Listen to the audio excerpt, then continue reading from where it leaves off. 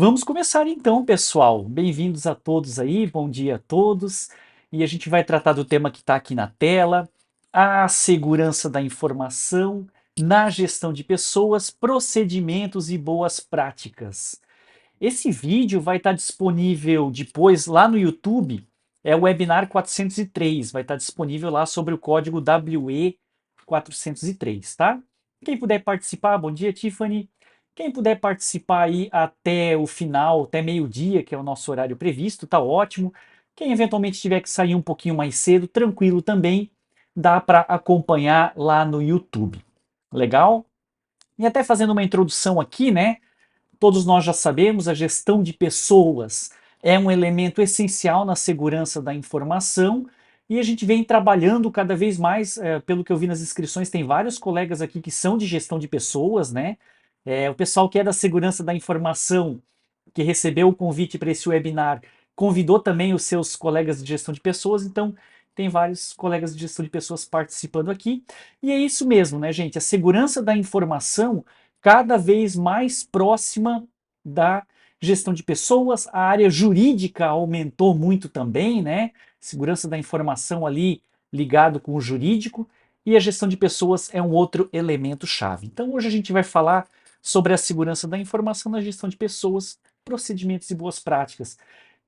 Tem atividades da segurança da informação que são da área de gestão de pessoas, não tem muito como escapar, né?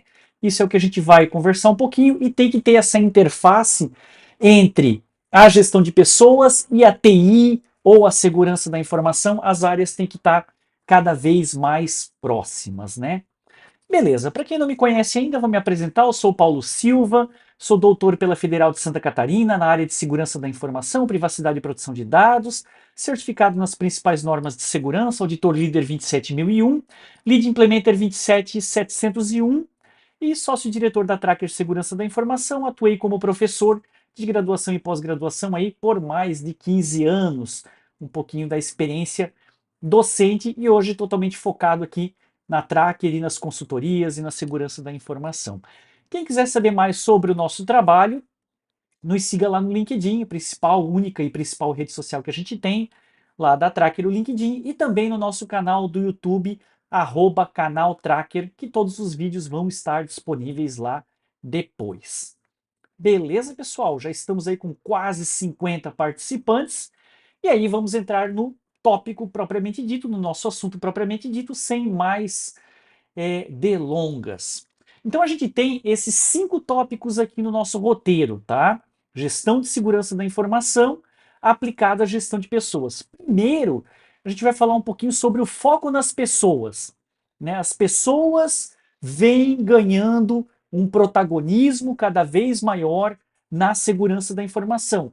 Tecnologia, eu sempre falo isso, né? Tecnologia é importante? Sim, tecnologia é essencial, mas a segurança, as pessoas têm se tornado um elemento cada vez mais importante, ao ponto de que a gente não tem mais segurança da informação se não envolver pessoas. Não dá mais, hoje, para fazer segurança da informação puramente com tecnologia, talvez como a gente fazia no passado, né?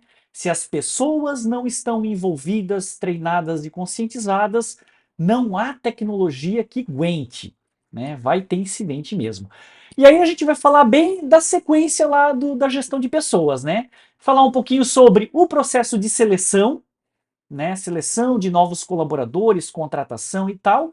O que, que a segurança da informação tem a ver com isso no processo de seleção? Boas práticas na admissão. Então, mesma coisa, pá, vamos contratar. Com certeza, a gestão de pessoas sabe lá, né? Todo o seu rol de atividades na admissão. Mas o que, que a segurança da informação tem a ver com a admissão é o que a gente vai discutir. E aí o colaborador está contratado, ele vai viver a vida dele dentro da empresa, né? Vai ter ali o andamento do seu contrato de trabalho. Também, qual é a relação da gestão de pessoas, do RH, com a segurança da informação durante a contratação.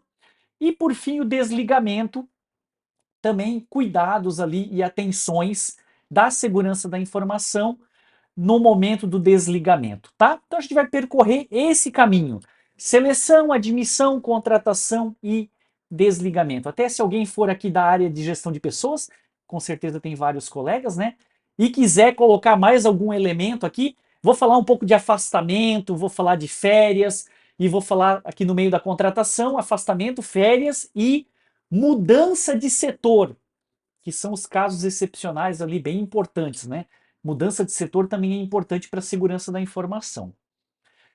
Beleza, primeiro tópico, o foco nas pessoas. Então, a segurança da informação, tradicionalmente, ela é composta por esses três elementos: pessoas, processos e tecnologias, ferramentas aqui, tecnologias físicas e lógicas, né? Então, isso aqui já é da teoria clássica da segurança da informação. Um elemento essencial, já na teoria clássica da segurança da informação, pessoas. Precisa-se trabalhar cultura, capacitação e conscientização. Depois, processos ou procedimentos, metodologias, normas e procedimentos. Mas veja o seguinte, né? Essa perna aqui de processos, metodologias, normas e procedimentos se aplicam a quem? Se aplicam a pessoas. Então, metodologia, normas e procedimentos também está aplicado a pessoas e se aplica a tecnologia também, tá? Então, essa segunda parte, na verdade, metodologias políticas, metodologias, normas e procedimentos, se aplica para pessoas, então volto para pessoas de novo, e claro, metodologia, normas e procedimentos se aplica às ferramentas. Mas quem é que vai pegar uma metodologia e colocar na ferramenta, né? Pessoas, tá? Deixa eu trazer um exemplo, quero trazer vários casos reais para vocês aqui que a gente vivenciou em consultoria.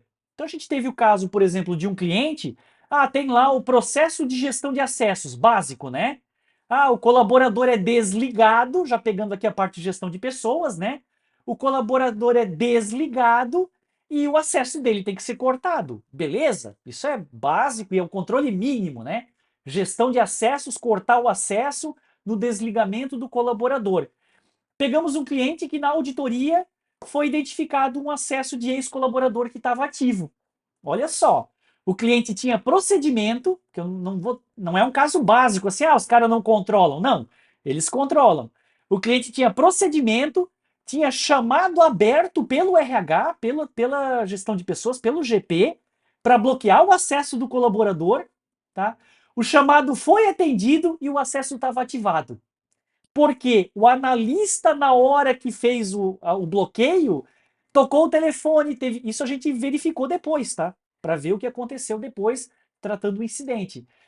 Ele recebeu o chamado, atendeu o chamado, comentou no chamado, mas não baixou o acesso. É inacreditável. Mas caso real que a gente pegou em empresa, né? Por quê? Na hora lá, tocou o telefone, foi no banheiro, foi tomar um cafezinho, voltou, preencheu, desatenção, infelizmente, do colaborador, com procedimento, com treinamento, com conscientização, com chamado, com tudo, e o cara preencheu o chamado e não bloqueou o acesso. Tá? Então, olha a importância de pessoas, colaborador de modo geral e também as pessoas que são operadores da segurança da informação. Na verdade, pessoal, no fim, tudo vira em pessoas. Tudo. Tem o procedimento, tem a tecnologia, mas a tecnologia é mantida por pessoas, as informações são usadas por pessoas, no fim, tudo vira em pessoas, tá? Então, pessoas, processos e tecnologias, a importância das pessoas na segurança da informação.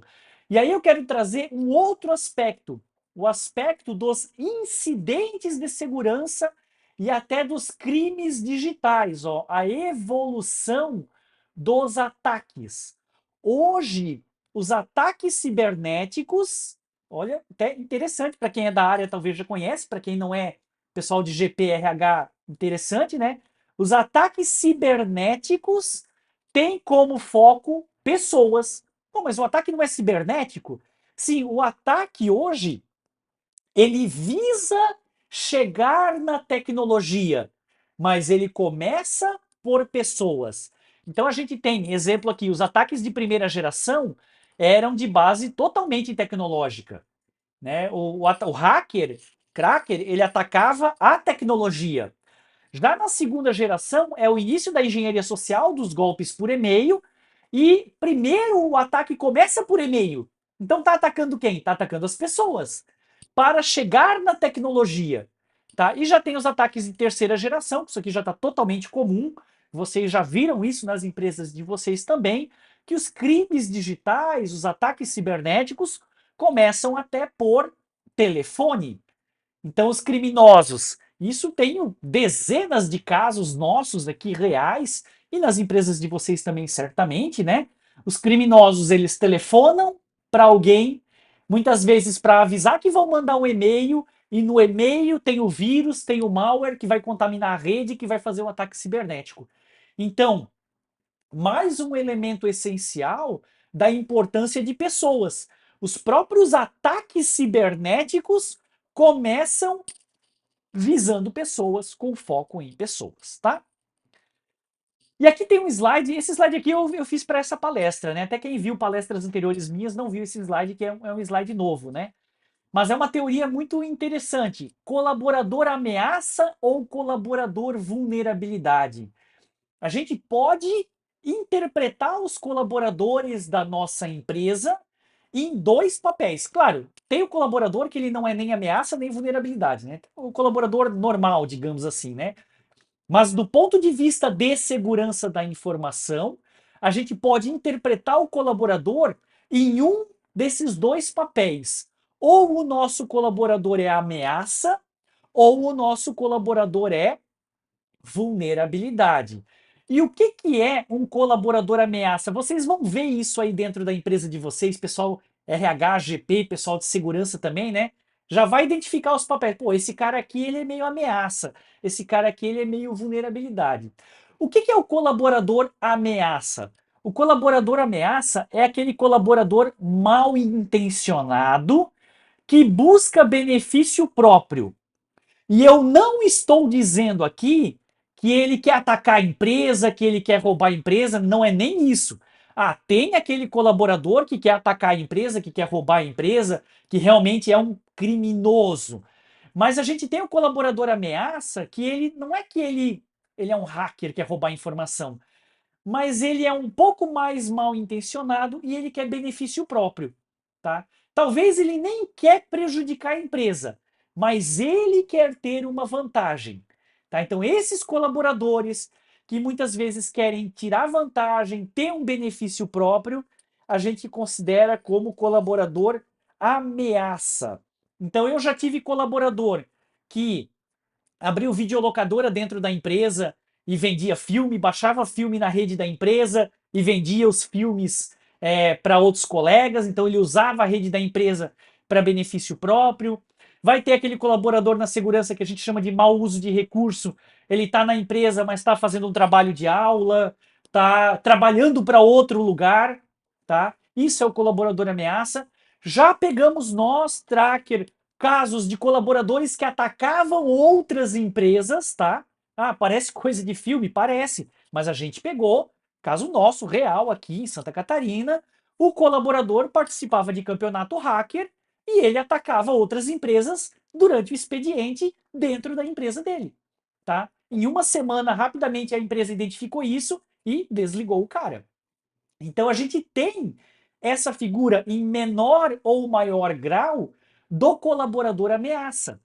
Ele pode ser simplesmente uma pessoa que quer um benefício, quer ter uma vantagem, prejudicando a empresa ou não, e pode ser também uma pessoa que intencionalmente vai prejudicar a empresa. Espionagem industrial. Vários casos pegamos. Roubo de informações. Vários casos nós temos. Colaborador rouba dados para levar para o concorrente, depois ele pede desligamento, vai pedir emprego na outra empresa e leva um monte de informação.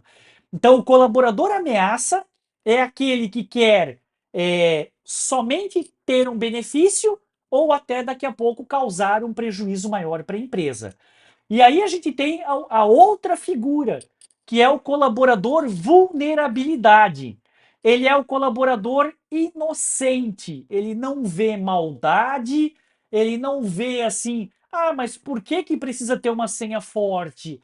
Por que que vocês bloqueiam a internet? Não precisa. Porque como o colaborador vulnerabilidade, ele é inocente, ele não vê a maldade, ele acha que ninguém mais tem maldade também, tá? Então ele considera desnecessários os controles de segurança. E em muitos casos, a gente vê isso muito em cenário de golpes e fraudes, o colaborador ameaça, ele explora o colaborador vulnerabilidade, ele faz uso do colaborador vulnerabilidade para obter alguma vantagem. Então, a gente tem às vezes na empresa o cenário em que o mal intencionado, né, se beneficia do inocente para obter alguma vantagem ou alguma informação. Meu, caso clássico, compartilhamento de senhas. Ah, pô, me empresta a tua senha aí para eu acessar o sistema. E daqui a pouco a gente tem o colaborador vulnerabilidade, o inocente, emprestando a senha para um colaborador mal intencionado acessar uma coisa que ele não tinha acesso. Mas o inocente não vai entender assim, ah, mas que mal tem fazer isso, né? E aí, essa é a questão. Pausa para uma água aqui. Tudo ok, pessoal? Manda um ok ali no chat. Estão me ouvindo bem? Estão vendo bem? A rede tá boa aqui. Então, e por que eu estou falando de colaborador ameaça e colaborador vulnerabilidade? Obrigado, pessoal, que respondeu ali. Porque as nossas campanhas de conscientização têm que mirar nesses papéis, tá? Então, eu vou fazer uma campanha de conscientização para o colaborador ameaça, para o colaborador vulnerabilidade, para que eles se despertem ali no seu papel, tá? Os nossos treinamentos, conscientizações, sempre focado de um lado no ameaça, no colaborador ameaça, do outro lado em conscientizar. Então eu tenho que alertar o colaborador ameaça, eu não vou conscientizar o ameaça, né? O ameaça, a gente vai alertar de que ele vai ser pego, né? Que ele vai ser identificado. E o vulnerabilidade a gente conscientiza e o ameaça a gente alerta. Sempre esses dois públicos é a conscientização. Legal? Então, primeira parte é isso, foco nas pessoas e temos esses perfis. A pessoa é importante porque ela é o alvo do ataque, porque eu tenho a ameaça, eu tenho a vulnerabilidade e porque ele é um elemento importante da execução da segurança. Seguindo em frente aqui, vamos para o processo de seleção. Beleza. Agora a empresa tem que contratar um colaborador. E aí eu vou sempre puxar aqui, olha que interessante, que legal para o pessoal de gestão de pessoas, né? A ISO 27002, que é a norma de segurança da informação, a ISO 27001 e a ISO 27002, que são os controles, ela tem um capítulo sobre gestão de pessoas. Olha que interessante. Pô, a norma de segurança da informação tem sim um capítulo sobre gestão de pessoas. E lá no controle 7.1.1 fala dos controles de segurança ligados à seleção. E o que a gente tem aqui?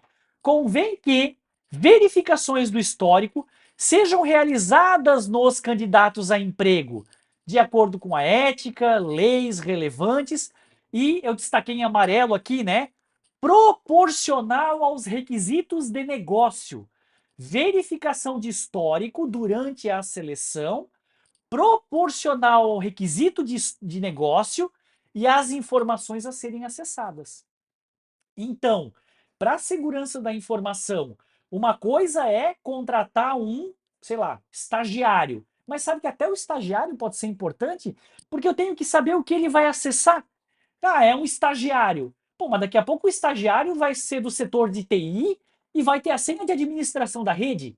Então não é qualquer estagiário, porque se o estagiário tiver admin de rede, já está bem errado para a segurança da informação, né? Mas o que a norma quer dizer aqui, pessoal? Verificar o histórico do candidato, lisura, ética, essas questões mais de personalidade, proporcional ao negócio. Pô, o cara vai trabalhar num hospital, numa instituição financeira. Tem muita gente aqui que é da Unimed, né? Área de saúde. Tem muita gente aqui que é Cicobi, área financeira. Então, qual é o requisito de negócio? Onde essa pessoa vai trabalhar? Com que dados, né? E proporcional às informações a serem acessadas. Então, eu peguei um caso, vou trazer aqui um exemplo real desse controle 711 em um cliente nosso, área da indústria, contrataram um gerente comercial. caso real nosso que a gente pegou, tá?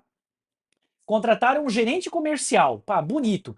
Ah, mas o gerente comercial, ele é amigo do dono, ele é de extrema confiança, ele vai acessar todas as informações comerciais do sistema, negociações, contratos, base de clientes, prospects, tudo. Deu 3 meses, esse gerente comercial pediu a conta e foi trabalhar no principal concorrente dessa empresa. Olha só, a criticidade da informação nessa contratação. Pô, Paulo, mas isso é difícil de gerenciar. Concordo, não estou dizendo aqui que é fácil, mas é um ponto de atenção. Quem a gente está contratando? Quem é essa pessoa? O histórico dela, a confiança nela e o que ela vai acessar? Eu sou partidário da tutoria. Eu acho que a pessoa entrou, ela tem que ter um tutor que é responsável por ela, que é alguém já há mais tempo na empresa, e ele não vai acessar tudo de cara. Ele vai acessando, principalmente a parte de experiência ali, né? Tempo de experiência. Pô, ali o cara tá no tempo de experiência, vai ter senha de tudo, vai acessar tudo. O cara acabou de entrar na empresa. Uma coisa que eu sempre falo para fechar esse ponto aqui, né? É, o cara que é externo à empresa, ele não acessa nada, né? O cara que está passando ali na rua, ele não tem confiança nenhuma na empresa, ele não acessa nada. Aí a empresa vai lá e contrata a pessoa. No primeiro dia de contratação, o cara passa a ser altamente confiável? Quer dizer, ó, contratei o Paulo aqui, ele não tinha acesso a nada até ontem, e hoje ele, meu, tem acesso à empresa inteira. No primeiro dia de contratação, né? Será que é essa confiança que a gente quer dar para esse colaborador no primeiro dia de contratação? Será que eu não tenho que esperar passar um tempinho, né? Os 90 dias do prazo de experiência? Aí cada empresa vai avaliar os seus requisitos de negócio e as informações a serem acessadas. Isso é o que a norma pede, né? E aí, pessoal, uma outra questão aqui na seleção que eu quis trazer é um pouquinho da parte da Lei Geral de Proteção de Dados, que é o processo seletivo em relação à proteção de dados pessoais e em relação à Lei Geral de Proteção de Dados. E a primeira questão é a coleta de dados pessoais em currículos, né? Ah, a empresa vai fazer um processo seletivo, beleza. Ela tem um banco de currículos, ela está sempre coletando currículos. Esses currículos têm alguns cuidados a serem observados para conformidade com a Lei Geral de Proteção de Dados, né? Em primeiro lugar, as informações coletadas devem ser as estritamente necessárias para a seleção, para a vaga, tá? Vou trazer casos que a gente acompanhou durante anos assim de adequação na Lei Geral de Proteção de Dados. Por exemplo, questionar a religião do candidato, né? Ah, mas eu lá no meu formulário de currículo, eu quero saber qual é a religião. Religião é dado sensível perante a Lei Geral de Proteção de Dados e precisa ter um cuidado extra. Então, nós pegamos clientes nossos que questionavam a religião no processo seletivo, é complicado, e a gente perguntava, para quê? Toda a informação tem que ser necessária. Isso é um requisito da LGPD, tá? Tudo que tu pede, tudo que tu coleta, tem que ser necessário para algo. Então a gente perguntou: ah, a empresa está pedindo a religião. Tá, mas para que tu pede a religião? Ah, a gente quer saber se é sabatista, se é adventista, para trabalhar no sábado, não trabalhar e tal. Então, é muito melhor, ao invés de pedir a religião, perguntar: você tem disponibilidade para trabalhar aos fins de semana? Você tem disponibilidade para trabalhar no sábado? Daí tu não está pedindo a religião, tu está pedindo a disponibilidade da pessoa. Então, informações de doença, informações de religião são dados sensíveis, é complicado pedir no currículo. Pegamos casos de empresas que pediam a renda familiar do candidato. Até pediam assim, ah, se mora em casa de alvenaria. Se eu peguei caso real, eu vi ali, não sei como é que é o caso de cada empresa aqui, né? Mas pegamos a empresa na seleção, perguntava se morava em casa de alvenaria, casa de madeira, se qual era a renda familiar do colaborador, do candidato. Então são informações complicadas de justificar depois por que precisa dessa informação, tá? Então a coleta de dados no currículo deve ser o estritamente necessário para o cumprimento da vaga que se está querendo, né? Tem que ter justificativa para a coleta desses dados. Depois vem o tempo de retenção. Esses currículos, eles precisam ter um tempo de retenção definido, que pode ser, inclusive, indeterminado. Tá? Ah, Paulo, o que está se falando? Tem que ter tempo, mas pode ser indeterminado? Sim, está definido como indeterminado. Né? O que não pode é não ter definição nenhuma. Por padrão, a retenção do currículo é para o cumprimento da vaga que o candidato queria. Tá? Pausa para uma água. Então, assim, eu mandei o currículo para uma empresa para uma determinada vaga. Aquela vaga foi cumprida? Bom, não tem mais para que manter meu currículo, porque aquela vaga foi cumprida, eu mandei o currículo para aquela vaga. Então, teoricamente, o tempo de retenção é o tempo de cumprimento da vaga que eu queria. Aí o candidato ele pode informar se ele tem interesse em outras vagas ou não, ou até quando vocês coletarem um currículo, já terem um campinho lá para dizer, ó, vai ficar retido aqui por 5 anos, por 3 anos, por 2 meses. Então esse ou por indeterminado, mas tem que ser a vontade do candidato. O candidato tem que expressar a vontade dele, que ele é o dono dos dados, de quanto tempo esse currículo vai ficar retido na empresa, tá? E outra coisa que a gente vê muito acontecendo e precisa de uma atenção é o compartilhamento de dados entre empresas. Ah, eu recebi o currículo do Joãozinho, beleza. Eu não vou contratar o Joãozinho, mas eu tenho um colega em outra empresa que tem essa vaga. Pô, vou mandar o currículo do Joãozinho pro cara lá. Perante a Lei Geral de Proteção de Dados, isso é complicado, no mínimo complicado. É compartilhamento indevido de dados. Você tem que perguntar para o Joãozinho se ele quer que você envie os dados para outra empresa. Ou até a melhor prática ainda. Ó, querido Joãozinho, tá aqui teu currículo.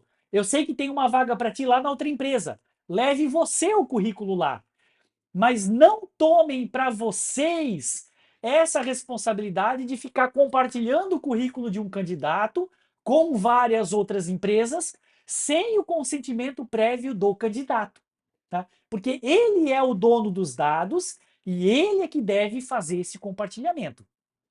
Parece estranho, né? Poxa, Paulo, mas eu tô querendo ajudar o cara. Tô querendo achar uma vaga para ele.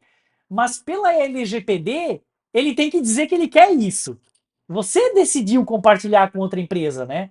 Não, o titular dos dados é o dono dos dados. Ele tem que dizer que ele quer isso. Então, solicite essa informação na coleta. Ah, você aceita que nós compartilhemos o seu currículo com outras empresas? Sim ou não? Então, pede esse consentimento na coleta do currículo, mas não decida sobre os dados do currículo por conta própria. Pode ser um problema para LGPD. Beleza, pessoal? Vê quantos detalhezinhos pequenininhos que tem, simples em relação a currículos no processo de seleção. Então, na seleção, tem essa questão de uma verificação do candidato compatível com a vaga que ele vai assumir e com os dados que ele vai acessar, ter essa preocupação quando aplicável e ter a preocupação da gestão dos currículos, tá? Seguindo em frente aqui, pessoal, eu não falei no começo, tá? Mas eu tô com o chat de vocês ao vivo aqui. Quem quiser fazer alguma pergunta pelo chat, fique à vontade. Às vezes eu respondo na hora, já vejo a pergunta aqui, já respondo na hora. Ô, Murilo já mandou na hora ali. E às vezes eu respondo no final. Quem quiser fazer algum complemento também, algum comentário, fica à vontade para colocar ali no chat, né? Acho que o Murilo já estava digitando antes de eu falar, porque já é o texto grande, né? Você tem exemplo prático com sugestões de medidas práticas de como viabilizar a checagem de histórico, especialmente sobre antecedentes do candidato, né? Pois é sempre polêmico, legalmente falando, é a questão dos antecedentes criminais, né? Tanto que a norma nem foi tão enfática ali nos antecedentes criminais, né? O que eu imagino assim, Murilo, é que o pessoal de gestão de pessoas, não sei se é a tua área, tenha um pouco mais dessa prática de verificar e seguir a legislação trabalhista, tá? Porque daí a gente está entrando numa outra esfera que também não é, mais em detalhes, não é a minha praia, que já é entrar na legislação trabalhista. Então tem que verificar, a 27 mil fala, verifique a ética da pessoa, né? Mas aí a gente tem que fazer isso, envolver o jurídico da empresa, eu diria, Murilo, para que o jurídico esteja a par disso e o profissional de gestão de pessoas seguir a legislação trabalhista, tá? Mas o que que dá para fazer respondendo na prática? Processos judiciais é público, tá? Exceto aqueles de segredo de justiça. Processo judicial é público, dá para dar uma olhada nisso. Questões de rede social, dá para dar uma olhada nisso daí também. Aí o pessoal de gestão de pessoas, eu sei que tem suas práticas, ligar para a empresa que ele trabalhou anteriormente, conversar sobre a pessoa, tá? Então tem essas questões aqui. Quero fazer a minha ressalva jurídica, né? Eu não quero indicar nada aqui que seja contra a legislação trabalhista ou contra aí a legislação de modo geral. Então, é importante, Murilo, envolver o jurídico da empresa nesses casos, e envolver aí os profissionais que conhecem mais em detalhes a lei trabalhista. Por isso a importância, nesse webinar eu sempre vou bater nisso, né? A proximidade do setor de TI, da segurança da informação com o RH. Porque talvez é o pessoal de segurança da informação que tem que sinalizar para o RH: olha, essa contratação aí é crítica. A gente precisa de um cara com um olhar um pouco mais atento. Aí sim, né? Pessoal de segurança sinalizar para o pessoal de GP, de RH GP, né, que é uma contratação mais importante, né? Como lidar com incidentes de segurança causados por falhas humanas? Bah, eu vou responder a pergunta do Bruno ao longo aqui da fala, porque nós vamos entrar nisso daí, tá? E até o final eu respondo a pergunta do Bruno, que é uma pergunta já. Vai entrar aqui na admissão, a gente vai para admissão. Vai entrar a pergunta do Bruno aqui, ó, durante a contratação, tá? Que é como lidar com incidentes, tem meios bons de se lidar com incidentes. Beleza? Obrigado, pessoal, ali pela participação. Continuem colocando perguntas, daqui a pouco eu já vou responder o Bruno ali. Agora, pessoal, entrando na admissão, a gente saiu da seleção e vamos entrar na admissão. Ah, beleza, vou contratar a pessoa. O que que eu tenho que ter de atenção? Então, a 27.002 tem lá o controle também 712, termos e condições de contratação, né? Convém que as obrigações contratuais com funcionários, partes externas, declarem suas responsabilidades e da organização. Tem que ficar claro na segurança da informação quais são as responsabilidades da empresa e quais são as responsabilidades do colaborador. E aqui vem a primeira parte para responder a pergunta do Bruno, né? Tem que ficar claro a responsabilidade de cada um.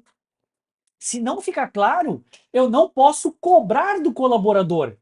Como é que eu vou aplicar uma, como é que eu vou aplicar uma medida disciplinar se eu não avisei ele previamente que aquilo era um problema? E o que vem totalmente ao encontro desse controle é a política de segurança da informação e a política de proteção de dados. Então, para atender a essa parte de responsabilidades da empresa e do colaborador, eu preciso ter a política de segurança da informação e a política de proteção de dados. Tá? Para chegar lá onde é a pergunta do Bruno, que é aplicar incidente e aplicar medida disciplinar, educativa, corretiva, né? Tem que ter a PSI, tem que ter a PPD. E uma coisa que eu sempre falo, a política de segurança da informação precisa ser viva. Viva. Ela precisa ser uma cultura dentro da empresa. Não basta ser um PDF que está lá na rede, que ninguém abre, ninguém acessa, ninguém faz nada, tá aquele PDF esquecido lá. Tem uma historinha muito legal aqui, que certa vez eu cheguei numa empresa e aí duas pessoas da empresa me receberam. E aí eu perguntei, caso real também, aconteceu comigo, né? Eu perguntei: ah, vocês têm política de segurança? Um falou sim e outro não. Eu falei: ah, vocês têm política de segurança? Sim, não. Eu digo: tá, tem ou não tem? Daí o cara que falou sim, ele falou assim: ô, lembra daquele documento que tu assinou lá na admissão? Esse é o problema, né? Quando o cara só assina na admissão e não acontece mais nada. Daí o cara falou: ah, lembra daquele documento que tu assinou na admissão e tal, quando tu entrou? Ah, caramba, 2 anos atrás. Ah, lembro, era aquilo? Ah, era aquilo, então a gente tem. Não, não tem. Política de segurança não é só o documento que tu assina na admissão. Tem que ser a vida, tem que ser cultura dentro da empresa, tá? Então, a importância de uma política de segurança que seja cultural, que seja viva, e agora, para a Lei Geral de Proteção de Dados, também a importância de uma PPD, uma política de proteção de dados, que é uma política de segurança da informação mais específica para o cumprimento da Lei Geral de Proteção de Dados. Então, primeiro passo para chegar ali onde o Bruno quer, ter a PSI viva, cultural, ter cultura de segurança e ter a política de proteção de dados também como cultura dentro da empresa, tá? Isso aqui eu coloquei, né? Então, na admissão é interessante ter um procedimento de integração de novos colaboradores, né? O principal procedimento na admissão é o tal do onboarding, a integração, né? Um pouquinho para água. Isso é importante estar formalizado na empresa o procedimento de integração de novos colaboradores. Para quê? Para ser auditável. O que você não formaliza não é auditável. Então, para saber se a empresa está fazendo certo ou não, eu preciso de auditabilidade. Para a auditabilidade, eu preciso de formalização. Daqui é só um exemplo, tá, de um procedimento de integração. Tem a parte do RH, ou da gestão de pessoas, que vai executar. Tem a parte da equipe de segurança, tem a parte do colaborador, tá? Então, tem esse procedimento. Deixa eu trazer para vocês aqui mais um exemplo de um cliente nosso. O jurídico de um cliente nosso, certa vez, me falou o seguinte: esse negócio do colaborador chegar no primeiro dia de trabalho ou na primeira semana de trabalho, ter 1 milhão de documentos para ler e 1 milhão de termos para assinar, essas assinaturas podem ser invalidadas. Isso foi o depoimento de um jurídico de um cliente nosso. O que ele falou? O cara chega, é cenário comum nas empresas, né? O cara chega a primeira semana para trabalhar, vai passar a fazer 1 milhão de treinamentos de tudo quanto é área, vai ter 200 termos para assinar, assina e vai trabalhar. Se essa documentação, se essa integração não foi feita de modo parcial, com calma, né? Com tempo adequado, com calma, as assinaturas podem ser, falando em hipótese, né? Podem ser invalidadas porque vai chegar lá na frente do juiz, o colaborador vai dizer: olha, eu não tive tempo para ler, eu não tive tempo para tirar dúvida e simplesmente me entregaram um monte de documento. Aí o pessoal de RH sabe bem como é que é isso, né? Me entregaram um monte de documento, eu tive meia hora para assinar 200 páginas e não tirei dúvida de nada. Pronto, essa assinatura é invalidada.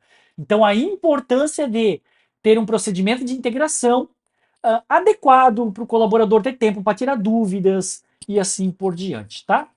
Então, isso é o principal aqui. E aí vem, eu falei dos termos aqui, né? Já está aqui, ó. O termo de ciência. Então, é importante, perante as políticas de segurança, que o colaborador assine um termo de ciência de que ele conhece, concorda, vai cumprir as políticas e etc e tal. Às vezes o pessoal coloca isso no contrato de trabalho, não tem problema, pode estar lá já no contrato de trabalho também, tá? Isso aqui é importante porque cobrança de responsabilidade do colaborador. Você teve incidentes, no caso que o Bruno falou ali, né? Você teve incidentes, você teve medida, você quer aplicar uma medida disciplinar, é importante ter o respaldo de um termo de ciência, até mesmo dizendo que ele teve tempo para ler, que ele tirou as dúvidas, né? Ciente, comprometido com a política de segurança, estar ciente e ter compreendido as disposições contidas na política de segurança e assim por diante. Então, caminhando para uma responsabilização do colaborador no momento da admissão, toda a parte da integração, políticas e tal, e assinar ali o termo de ciência das políticas de segurança. Aqui eu botei um papelzinho, tá? Mas isso aqui pode ser feito de meio digital. Hoje em dia já é tudo de meio digital, é um forms, um formulário que o cara assina, ou ele faz um log com login lá e tal, faz de meio digital isso hoje em dia, né? Beleza. E aí entramos na próxima parte, durante a contratação, que na verdade é o mais importante, né? A gente tem a seleção, beleza? Tem a admissão, mas o que importa mesmo é a vida do colaborador dentro da empresa, que seja uma vida segura, compatível com a segurança da informação. E aí a gente tem o próximo passo, então, a próxima etapa, que é durante a contratação. Vamos lá, o que a 27.002 fala durante a contratação, né? Responsabilidades da direção. Convém que a direção solicite a todos os colaboradores que pratiquem a segurança da informação, de acordo com o estabelecido nas políticas. É uma frase simples? É, mas vamos analisar em detalhes. Convém que a direção é responsabilidade da diretoria fomentar a segurança da informação. É responsabilidade da diretoria solicitar a todos os colaboradores que pratiquem a segurança da informação. Então, eu sempre falo isso. Primeiro, a empresa tem que fazer o seu trabalho de segurança, para depois o colaborador fazer a sua parte da segurança. Primeiro a empresa, políticas, treinamento, conscientização, e aí sim, a empresa tendo feito o seu papel, o colaborador pode ser cobrado, né? Então, a direção da empresa vai solicitar a prática de segurança e aí depois a gente vai ter prática através do quê? Conscientização, educação, treinamento dos colaboradores. Isso é na parte de gestão de pessoas, é a vida da segurança, né? Ainda caminhando para responder a pergunta do Bruno, né? Como lidar com incidentes? Então vamos lá. Pré-requisito para lidar com incidentes. Tem que ter a política de segurança, que seja cultural, que seja viva na empresa. Tem que ter o termo de ciência. E aí a empresa tem que praticar a segurança no dia a dia. Tá? Pegamos empresas nossas aí, tem cases muito legais que botam, por exemplo, um QR Code de segurança, um QR Code do lado do cafezinho. Tá? Então o colaborador vai lá tomar um cafezinho, pode escanear um QR Code e ver uma dica de segurança. Tá? É uma iniciativa legal. TV corporativa, muitas empresas já têm, né? A TV corporativa. Bota dica de segurança lá na TV corporativa. Os meios de comunicação, tem o Comunica RH na nossa empresa. Tem o jornalzinho eletrônico da empresa. Bota uma coluna lá, né? Um artigo sobre segurança da informação, toda semana no jornalzinho da empresa. Então, o que eu estou falando aqui efetivamente, pessoal, e aí que a gente precisa do apoio dos colegas de gestão de pessoas, é incluir a segurança da informação na cultura da empresa. Não é nem criar coisa nova, é incluir no que já existe. Jornalzinho da empresa, TV corporativa, QR Code, dica de segurança lá na Ilha do Café, né? Depois eu ia falar, mas já vou falar agora, CIPA, CIPAT, Semana de Prevenção a acidentes de trabalho, dá para incluir também questões de segurança da informação. Eu mesmo já fiz muita palestra em CIPA, CIPAT, né? Então nessa parte de praticar a segurança, é incluir a segurança na vida da empresa. Tá? E aí tem mil estratégias. Tem uma que eu falo sempre, né? A festa de fim de ano. O presidente da empresa vai fazer um discurso. Pô, tenta incluir uma linhazinha, né? Alguma coisinha, uma nota de roda, qualquer coisa da segurança da informação lá no discurso do fim do ano, né? Teve um cliente nosso agora, está fazendo relatório de responsabilidade social, bota uma seção da segurança da informação, relatório do bem, impacto social. Então, em tudo que tem na empresa, envolver a segurança da informação. Tá? Eu falo demais, vou trazer só um caso aqui mais, que tem muito caso interessante. Teve um cliente nosso que a gente foi fazer uma semana de segurança da informação e eles chamaram as escolas, tá? Chamaram as crianças do entorno, as escolas da vizinhança ou os filhos dos colaboradores para fazer uma palestra de segurança da informação para crianças, jovens, né, infanto-juvenil, pronto, né? Então olha que legal a segurança da informação envolvida com o social, com o entorno social.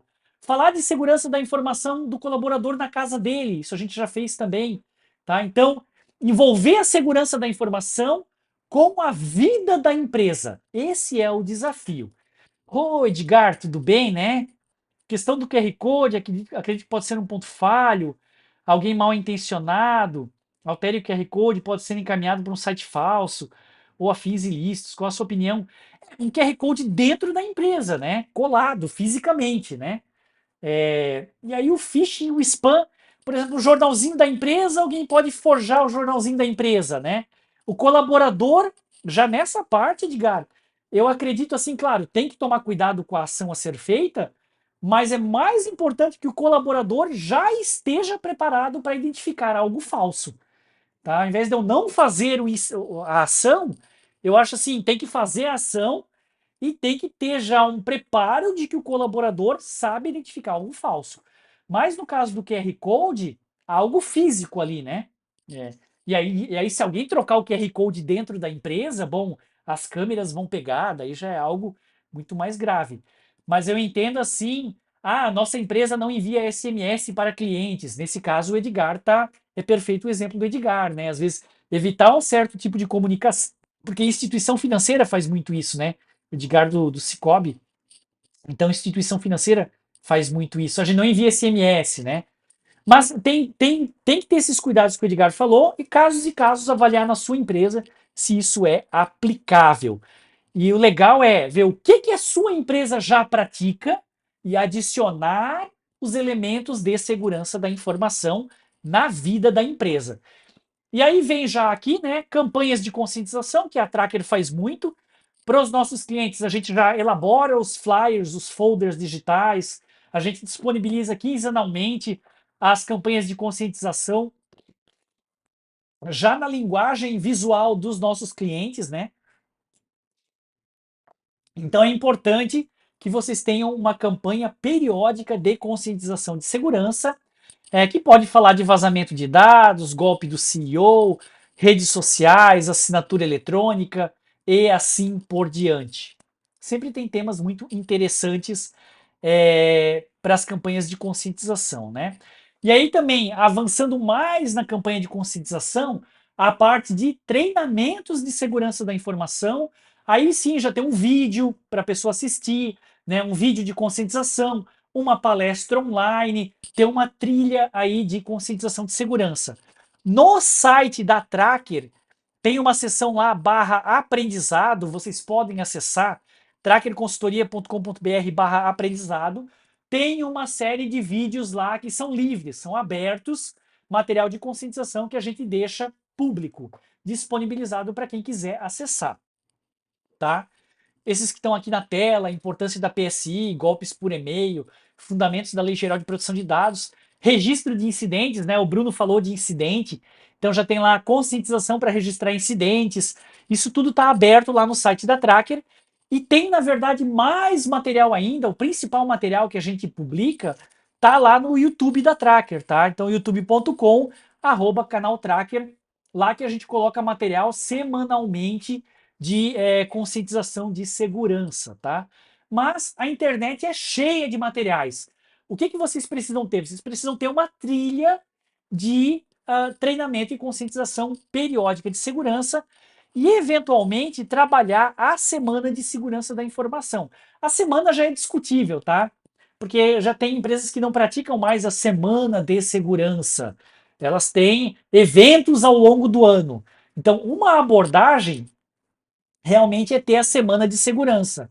Mas tem outras abordagens que é fazer não a semana de segurança, mas 2, 3 eventos, um evento a cada 3 meses, um evento a cada 4 meses de segurança da informação. O fato é que precisa ter os treinamentos periódicos. A empresa precisa ter um calendário de treinamentos de segurança ao longo do ano, tá? E tudo isso para permitir a cobrança de responsabilidade. Então é a empresa fazer a parte dela para depois poder cobrar a responsabilidade dos colaboradores. Qual é a parte da empresa? Fazer a integração, divulgar as políticas, termo de ciência, fazer a campanha de conscientização periódica e os treinamentos periódicos.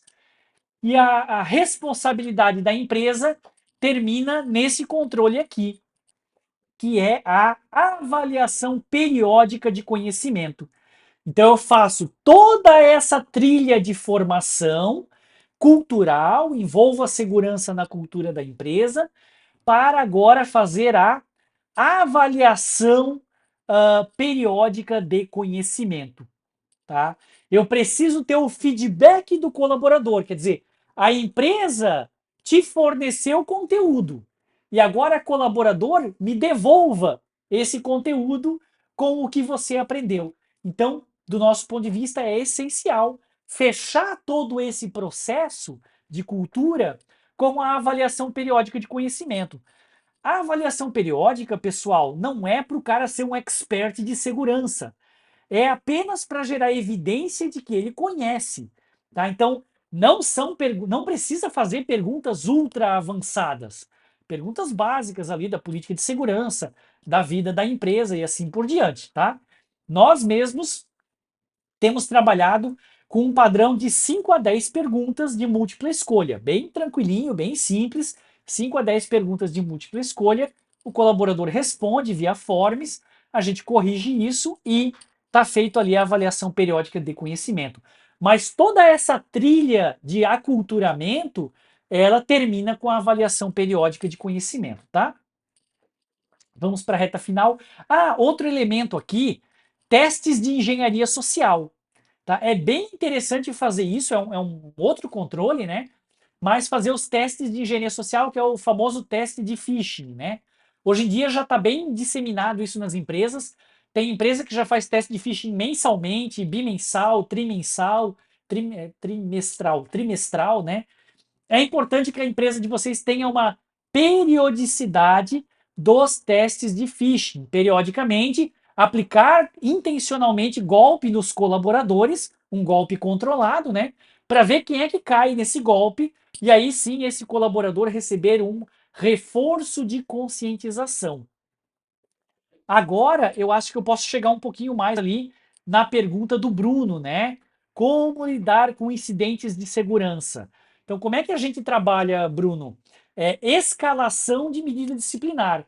Tu começa com uma medida disciplinar mais branda e vai escalando a medida disciplinar à medida que o incidente é mais grave ou que ocorra reincidência. Então, para nós, geralmente a nossa orientação é que a primeira medida disciplinar seja reforço de conscientização. Ah, o cara clicou no phishing, beleza. Reforço de conscientização. Opa, agora o cara clicou de novo. Tá, mas eu já expliquei para ele o que era, já tirei as dúvidas e o cara clicou de novo. Ah, talvez uma advertência informal. Eu sei que tem empresa que não gosta de advertência informal. Tem que avaliar a cultura de cada empresa, tá? Então, uma advertência informal, uma advertência formal, uma advertência em carteira. Vai escalando a medida disciplinar na medida que o colaborador tem que avaliar também se foi intencional ou não intencional, né?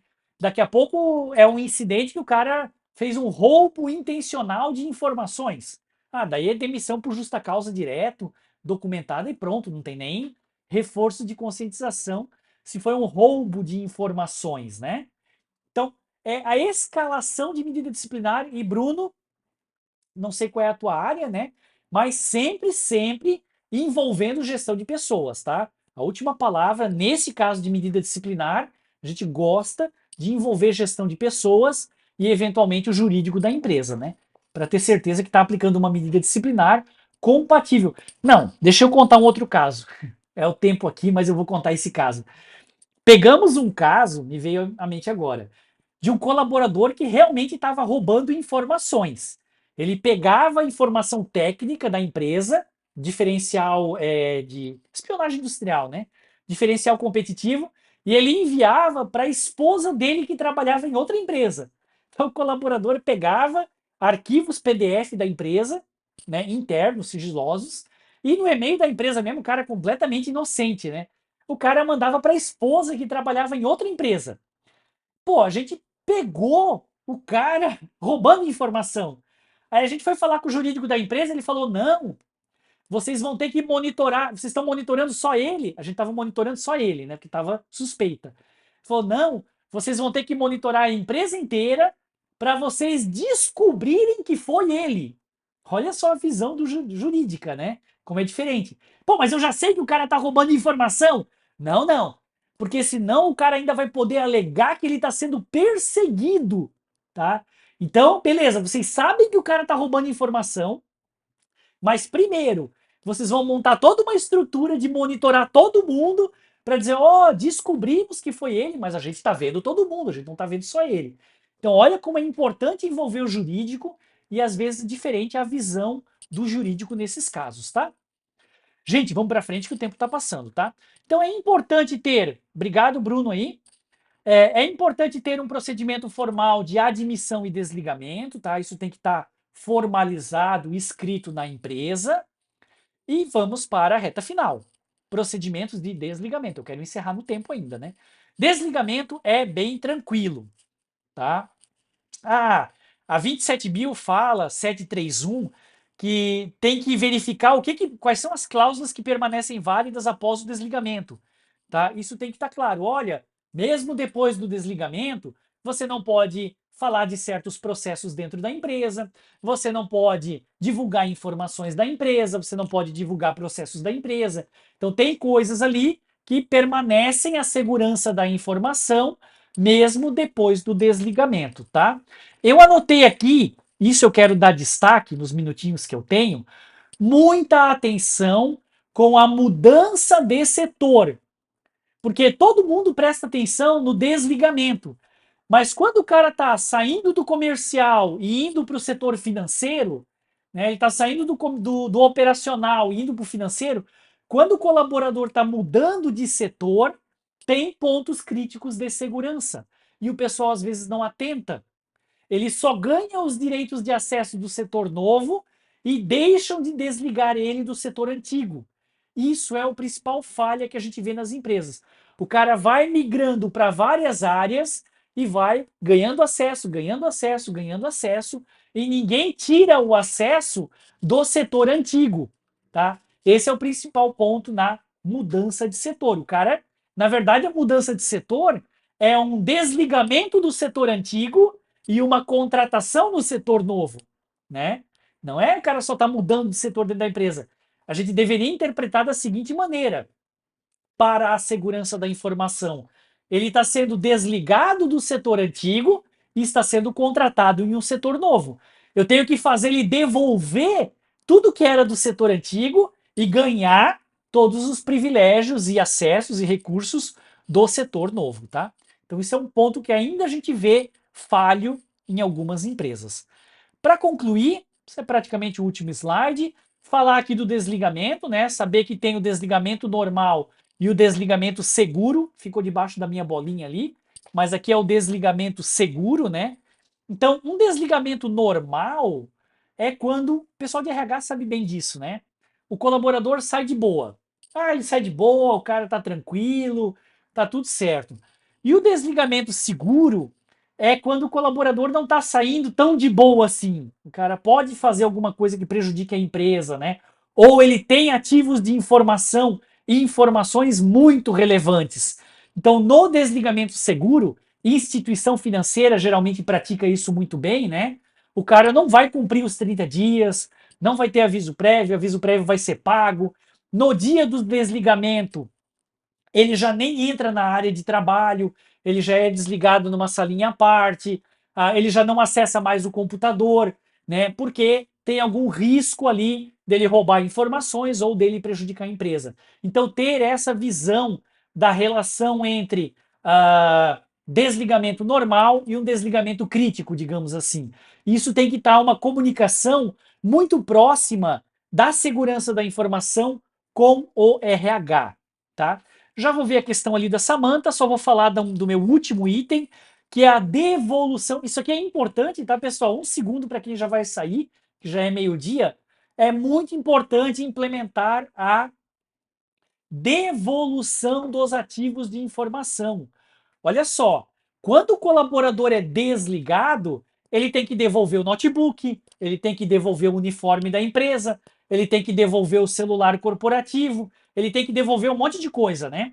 Por que o colaborador não tem que devolver as informações que estão em sua posse? Tá? Então, implementar a devolução dos ativos de informação. Ah, Paulo, o que tu quer dizer com isso? As informações já estão na rede da empresa, mas ele tem que fazer a transmissão formal para quem vai entrar no lugar dele. Ah, o Paulo está saindo, né? Quem é que vai entrar no trabalho do Paulo? Ah, vai ser o João. Pô, então nós temos que fazer esse trabalho do Paulo passar os arquivos que são importantes para o João, mesmo que estão na rede da empresa. Por que disso? Muitas vezes o colaborador mal intencionado vai lá e apaga dados. Ele apaga planilhas, apaga informações, aí vem o backup, sobrescreve, apaga também. E é muito comum vocês verem nas empresas, 3 meses depois. Onde é que está aquela planilha que a gente usava? Não sei. Então a devolução do ativo de informação é transmitir os documentos de trabalho do colaborador que está saindo para o colaborador que está entrando. Tá? Ó, Joãozinho, tá aqui, ó, tudo que tu vai precisar. Para não ficar nenhuma planilha perdida, nenhum formulário perdido na rede, nenhum doc perdido na rede, tá?